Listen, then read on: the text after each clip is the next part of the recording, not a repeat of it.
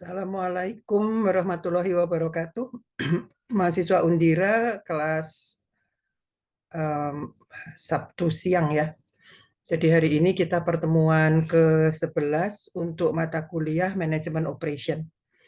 Saya memutuskan bahwa instead of saya harus ngoceh di depan kalian melalui Google Meet, saya mengirim YouTube supaya kalian bisa melihatnya terlebih dahulu. Kemudian di Google Meet nanti kita hanya berdiskusi dan menanyakan hal-hal yang belum paham. Lebih baik begitu, karena nampaknya kalau di Google Meet itu di waktu yang sama banyak yang sedang bekerja dan macam-macam. Nah, hari ini pertemuan ke-11 kita, itu kita bicara tentang manajemen rantai pasok atau yang biasa kita sebut sebagai supply chain management.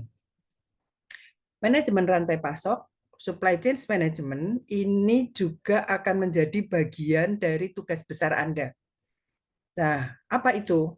Jadi di tugas besar nanti harus muncul manajemen rantai pasok.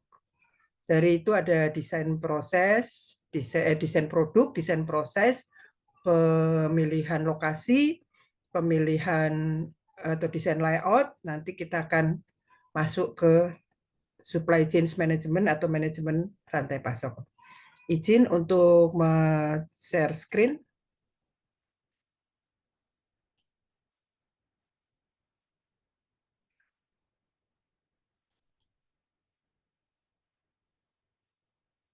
Ya, bentar. Kenapa saya hilang ya? Share screen. Oh ya, ini dia. Bentar. Ini share screen. Oke. Sini. Ya.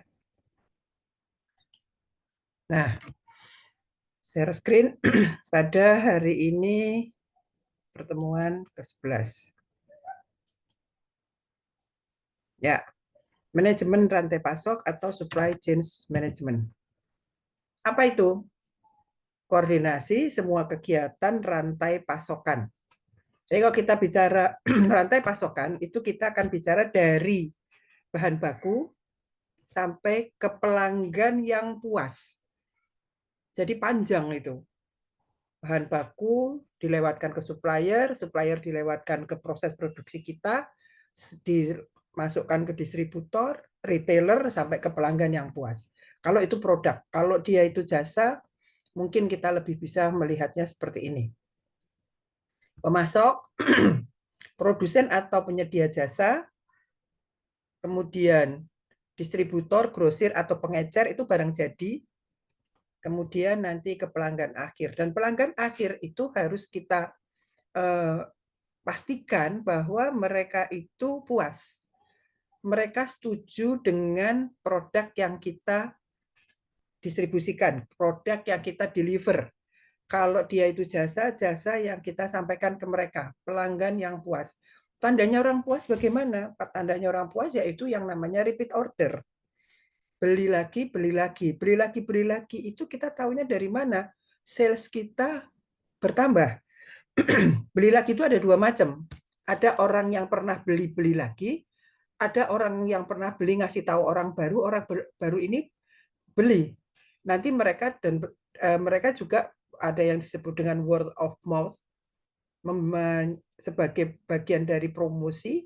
Nah, itu akan yang namanya sales akan bertambah ya. Nah, dari pemasok kita harus bisa kontrol. Kenapa?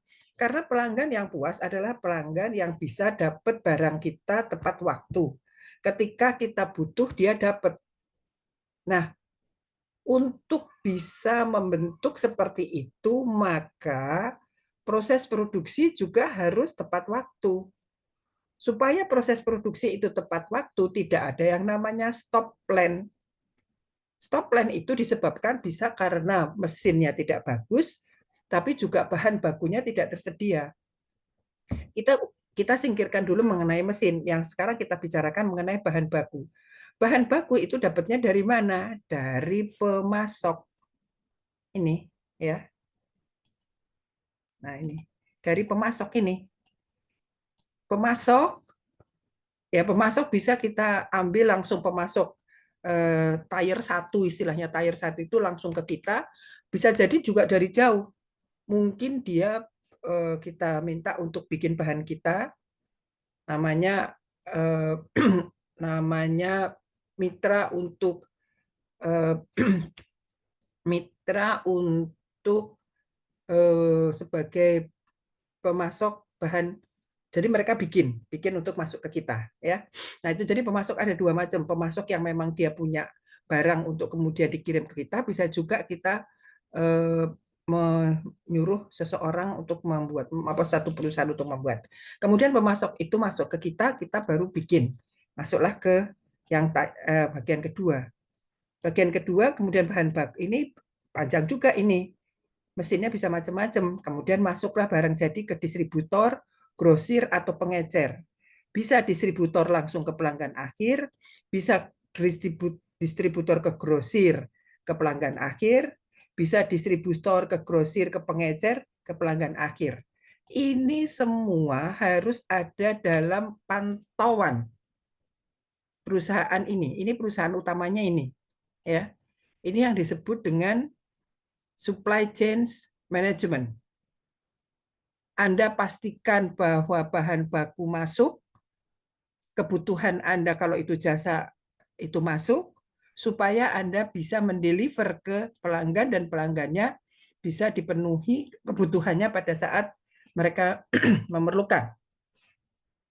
Nah, kemudian kita lanjut. Kunci keberlangsungan unit bisnis itu ditentukan oleh 3 hal.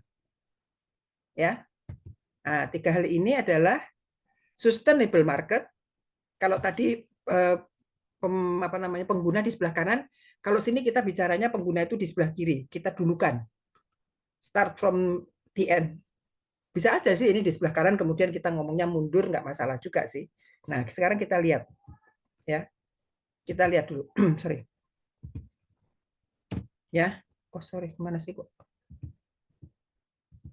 Nah, ini dulu. Sustainable market itu adalah pasar yang kita tuju ada dan pasti ada dan mereka beli. Itu yang harus kita pegang dulu. Sebuah unit bisnis yang dipastikan berlangsung ketika dia punya konsumen yang sustain. Sustain itu bertahan.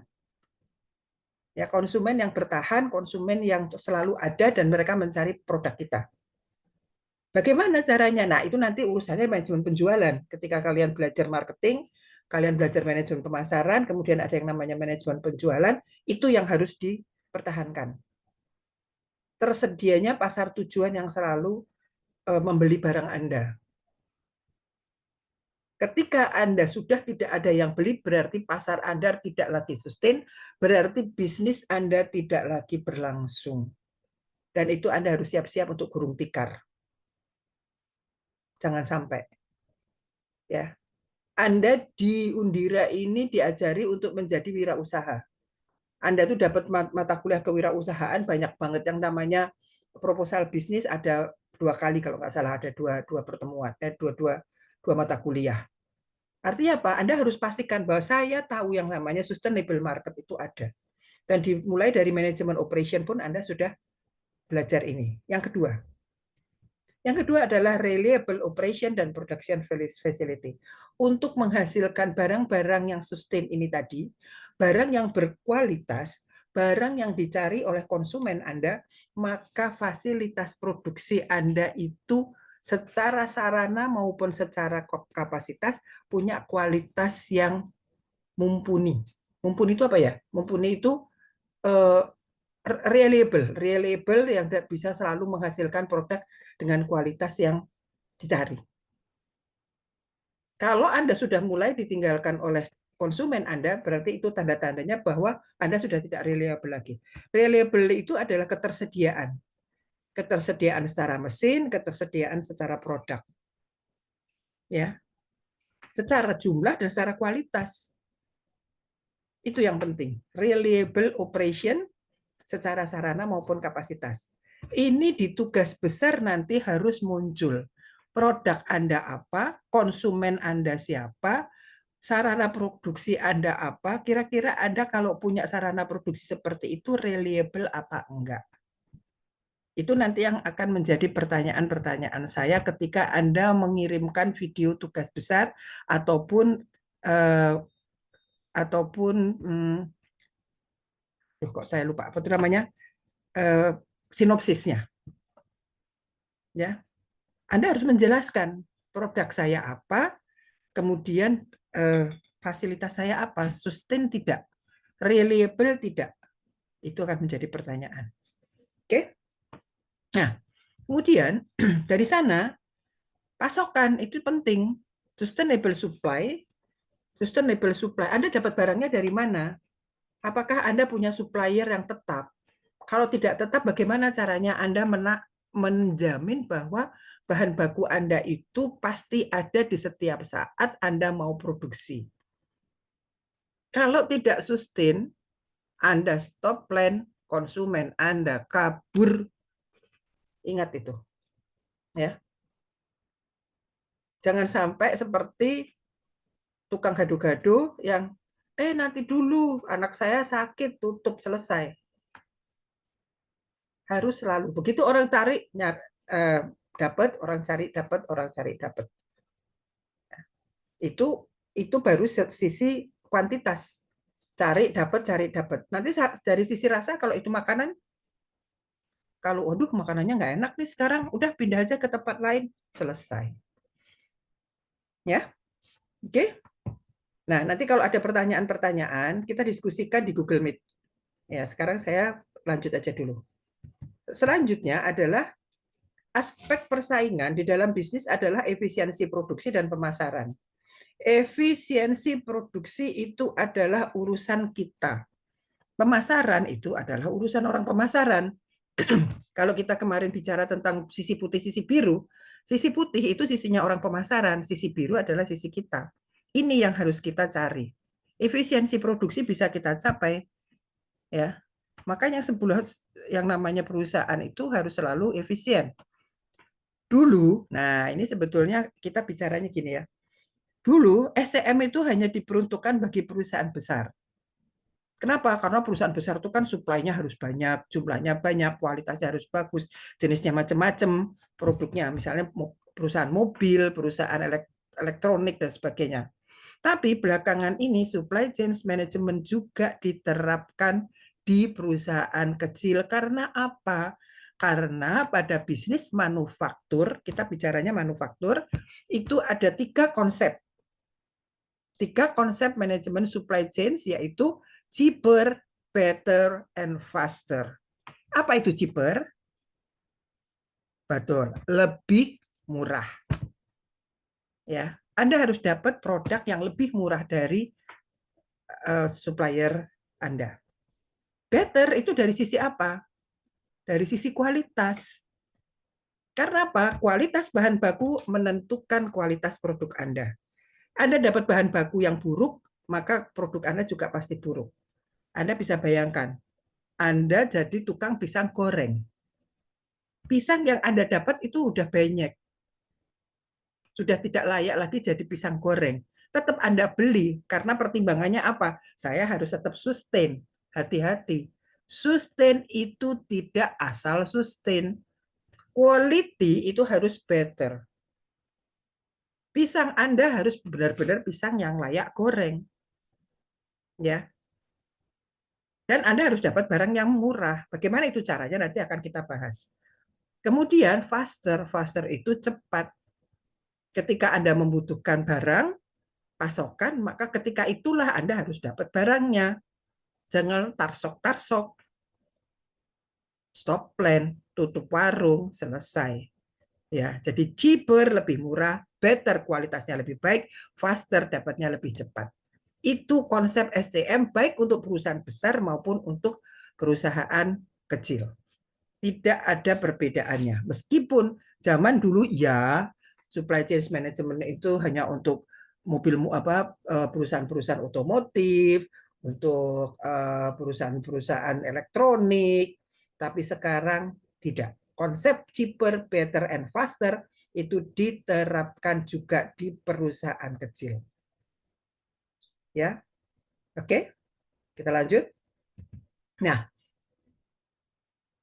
faster itu mudah mendapat pasokan, cheaper itu dengan harga memadai, better itu mutu sesuai dengan standar. Ini susunannya agak terbalik-balik, tapi cheaper, better, faster dijawantahkan dan ditentukan dengan mudah dapat pasokan, harga memadai, mutu sesuai standar. Ya, tepat sesuai dengan waktunya. Jadi fasternya pada waktu yang diinginkan. Cheaper, better, faster. Oke? Kalau ada pertanyaan nanti ditanyakan pada Google Meet. Nah, supply chain management seperti pada waktu kita bicara di depan, ya. Aspek persaingan itu ada di 3 titik. Di pasokan bahan baku, di proses produksi, di penyampaian produk ke konsumen. Anda bersaing bukan hanya di pasar. Anda bersaing mulai dari mendapatkan bahan baku. Bahan baku Anda ini dapat yang bagus apa enggak? Kalau Anda tidak baik-baik bekerjasama dengan supplier, maka Anda bisa saja dikalahkan oleh supplier. Supplier lebih memilih pesaing Anda. Itulah gunanya supply chain management. Anda mengelola supplier supaya dapat barang yang sesuai dengan produksi.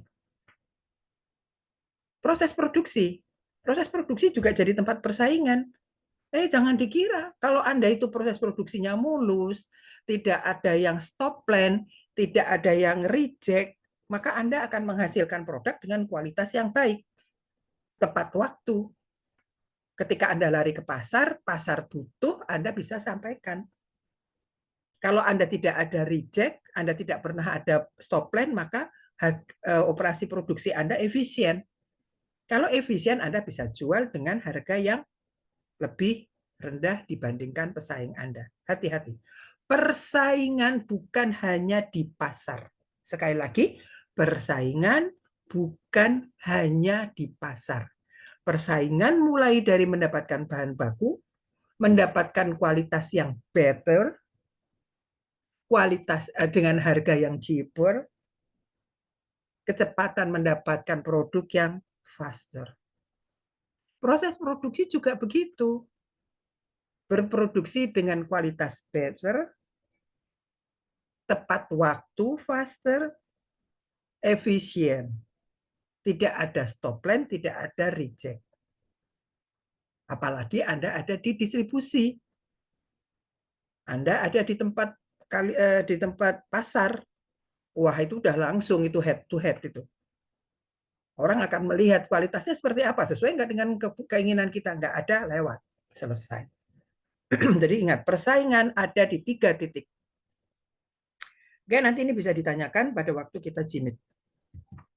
Nah, ada perusahaan-perusahaan yang memulai supply chain management-nya itu dari mulai research and development. Karena di research and development. Research and development ini kita bicara tentang bagaimana kita pengembangan produk. Untuk apa? Ya itu tadi. Untuk perusahaan-perusahaan yang differentiate, yang harus setiap kali berubah, maka research and development menjadi titik awal.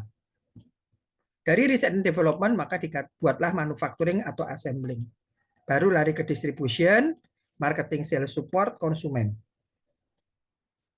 Ya. Nah, small medium enterprise itu lebih simple. Anda tidak usah mulai dari R&D. Small medium enterprise itu yang pokoknya produk itu yang bisa Anda buat, ya kan? Ya udah, bersaingnya di supplier, manufacturing, assembling. Nah, di sini ini distribution sama marketing, sales, support. Ini bisa dipisah, bisa jadi satu, langsung ke konsumen. Ya, jadi kalau di small medium enterprise kita tidak bicara R&D. Kita bikin barang yang sudah ada di pasar, kita me too. Me too saya juga bikin. Ya. Nah, itu nanti kalau makanya Anda konsep supply chain management untuk tugas besar Anda pakai yang ini aja yang bawah. Nggak usah pakai R&D. Ya. Supplier, manufacturing, marketing, sales, support itu kan semuanya akan timbul biaya. Nah, biaya-biaya itulah yang harus kita lakukan minimalisasi supaya kita bisa dapat cheaper. Material cost, cari bahan baku yang murah tapi kualitasnya bagus. Bagaimana caranya? Nanti akan di logistik dapat belajar. Ya, cari yang cost bagaimana beli dalam jumlah besar, cari quantity diskon, bayar tidak jangan terlalu lama, cari diskon untuk ketepatan waktu. Cari di setiap titik bikin cari yang murah. Manufacturing cost. Bagaimana caranya bikin manufacturing cost itu rendah? Jangan ada reject, jangan ada stop line. Jangan cari operator yang males. Operator juga penting. Kemarin kan kita bicara tentang desain pekerjaan ya. Desain pekerjaan itu jangan terlalu tinggi itu persentase apa namanya waktu untuk waktu standarnya. Ya, sedikit mungkin, tapi jangan menafikan human ya. Tetap ada, tapi jangan terlalu tinggi. Antara berapa? Antara 8 sampai 15 cukup, jangan terlalu tinggi. 12 itu 10 12 itu udah cukup. Kemarin kita bicara itu. Kemudian distribution cost. Distribution cost itu ada dua macam. Punya kita sendiri atau dikontrakkan. Dua-duanya ada plus minusnya. Kalau dikontrakkan, kita itu bisa saja kita tidak bisa kontrol kalau itu sampai ke konsumen kita. Tapi kalau punya sendiri, maka kita harus membiayai armada distribusi kita, karyawannya, alat transportasinya, semuanya nanti dihitung plus minusnya. Kalau produk Anda itu sedemikian rupa banyaknya, maka Anda bisa bikin perusahaan sendiri. Contohnya ya, Dexamedica. Tahu pabrik apa itu? Benar, pabrik obat. Dia saking udah besarnya, maka dia punya distributor farmasi yang namanya Argon Medica. Ya, Argon Medica, AAM. Ya, AAM. Apa dia? Ya semua produknya, pokoknya Dexamedica itu bikin selesai sampai di gudang bahan jadi. Sampai ke pasarnya diserahkan ke AAM. AAM itu satu perusahaan sendiri meskipun holdernya ada Dexamedica juga, Dexa Group namanya. Ya. Itu pasti produk dia karena apa? Karena produknya banyak banget dan besar. Jumlahnya banyak. Jenisnya macam-macam. Di seluruh Indonesia punya dia bisa supply ke apotek-apotek di seluruh Indonesia. Atau Indofood Sukses Makmur. Dia produknya macam-macam, jumlahnya banyak. Dia punya yang namanya Indomarko. Indomarko itu distribution sistemnya Indofood Sukses Makmur. Kemudian punya retailer. Retailernya siapa? Indomaret. Itu dalam satu chain. Ya. Tapi ada juga yang pabrik selesai. Nanti distributornya siapa? Dia nyewa orang. Perusahaan-perusahaan yang jadi distributor. Toyota dia bikin. Distributornya siapa? Auto 2000. Nggak ada kaitannya sama Toyota. Toyota Motor Manufacturing Indonesia sekarang bukan Astra. Tapi Auto 2000 itu punya Astra. Kalau dulu ya, dulu Astra itu membawahi pabrik juga membawahi distributor. Sekarang udah split. Splitnya apa? Toyotanya bikin mobil, Auto 2000-nya menjual mobil. Sama bengkel. Nah, itu yang harus dipikirkan. Sebetulnya kita mau apa? Mau punya sendiri atau mau ngontrak mitra. Marketing and sales support serta distribution sampai ke konsumen. Ya, konsumennya seperti apa. Nanti kalau ada yang ingin ditanyakan, silahkan ditanyakan. Nanti bisa diterapkan ini semua di dalam tugas besar Anda. Nah, istilah supplier itu ada tier 1, tier 2, tier 3. Tier 1 itu yang paling dekat sama kita. Kita bisa aja punya supplier yang hanya tier 1. Tier 1 ini dia kadang-kadang punya juga supplier di belakangnya dia. Ini. Nih ya. Nih. Ini tier 1 nih, paling dekat sama kita. Bisa langsung S1 langsung ke kita. Tapi bisa S1 itu dari S2. Ya. Nah, S2 bisa dari S3. Ini yang paling jauh nih. Dia pabrik sendiri. Ya. Nah, misalnya salah satu contohnya misalnya S1 itu Toyota ini ya. Toyota manufaktur itu disuplai bannya dari siapa? Dari Bridgestone. Bridgestone kan punya bahan baku juga kan, karet, tali, apa namanya, bahan-bahan kawatnya itu.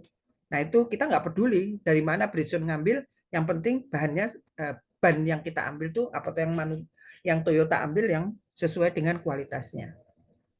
Nah kemudian kita masukkan ke distributor. Nah ini salah satu contohnya, ini adalah bir, pabrik bir barang haram ini jadi contoh ya. Pabrik bir itu ada 3 ya. 3-nya ini adalah bahan baku, eh, biji gandum. Pabrik bir itu kan biji gandum ini ya.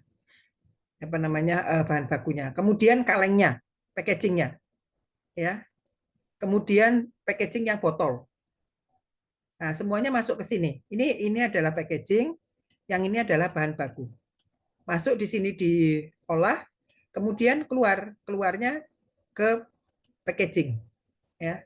Sudah di packaging ke distributor ke retailer ya. Nah, di sini ada kelihatan berapa biayanya. Inilah yang harus kita pertimbangkan. Biayanya mana yang paling murah.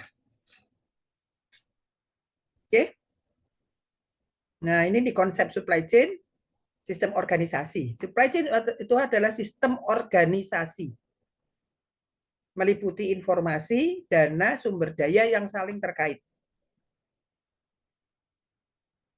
Itu yang harus kita pastikan. Ya, strategi perusahaan ke manajemen rantai pasok. Kalau Anda itu adalah perusahaan yang low cost strategi, maka dia harus mencari primer supply atau tier 1. Jangan panjang-panjang. Ya. Minimalisasi inventory. Jangan terlalu banyak bahan yang barang bahan baku atau bahan pembantu yang disimpan. Distributionnya lebih baik dilepas. Ya. Lebih baik maximize performance, minimize cost. Itu kalau Anda adalah perusahaan yang low cost strategi. Strategi utamanya. Kalau respon strategi, Anda bisa primary supply cari yang bisa speed-nya cepat dan fleksibel. Karena apa? Karena Anda kan diferensi apa namanya fleksibel. Sebentar-sebentar ganti produk. Kalau supplier Anda belet, aduh nggak bisa lah, jangan tinggal aja, suruh dia jual ke orang lain yang low cost. Kalau Anda harus yang suppliernya gampang berubah. Punya buffer stock, karena Anda kan banyak sering berubah. Ya, transportasinya juga harus cepat karena respon strategi itu salah satunya ada fast response to the customer. Ya. Kalau yang differentiation itu harus cari supplier yang gampang disuruh merubah. Saya hari ini berubah yang seperti ini. Produk bahan baku saya harus berubah seperti ini. Anda lebih baik bermitra. Ya. Apa itu istilahnya? Biasanya kalau kita bermitra itu kita pakai bukan supplier, tetapi aduh ada namanya itu. Coba itu nanti yang orang-orang pabrik itu tahu itu apa namanya itu, ya. Oke. Oke. Nah, jadi keputusan perusahaan kalau kita itu mau buat sendiri, maka kita punya supplier, bisa tier 2, tier 1. Kalau kita beli biasanya kita pakai supplier tier 1. Alih daya ya atau mitra itu Anda harus cari supplier tier 1. Ya. Nah, strategi pengadaan itu banyak pemasok, beberapa pemasok, integrasi vertikal itu Anda bikin pabrik sendiri atau usaha bersama, bermitra, atau jaringan Keiretsu. Jaringan Keiretsu itu adalah jaringan yang sebetulnya satu tipe produk dengan Anda. Nah, sama perusahaan virtual. Perusahaan virtual itu cari perusahaan yang bisa memasok meskipun dia nggak punya pabrik. Jadi kayak apa ya? Kayak seperti itu digital marketplace. Marketplace itu perusahaan digital, perusahaan virtual. Anda bermitra dengan perusahaan virtual. Yang penting dia bisa mensuplai Anda. Oke? Ini ada supply chain risk and tactic, itu silahkan dibaca sendiri nanti. Ya. Baik, ini ada skor model, saya tidak akan sampaikan. Ini untuk yang akan mengambil mata kuliah major Manajemen operation itu nanti kalau di manajemen logistik kita pakai SCOR model atau SCOR model. Oke, kalau untuk Anda saya kira cukup sampai di sini. Terima kasih banyak, kita ketemu di Jimit. Nanti saya akan bergabung di Jimit di pukul 19.30 atau 20. Kita diskusi. Terima kasih. Assalamualaikum warahmatullahi wabarakatuh. Saya stop share. Bentar, mana nih stop share-nya? Ya. Ya, stop share. Nanti kita ketemu di Jimit ya. Terima kasih.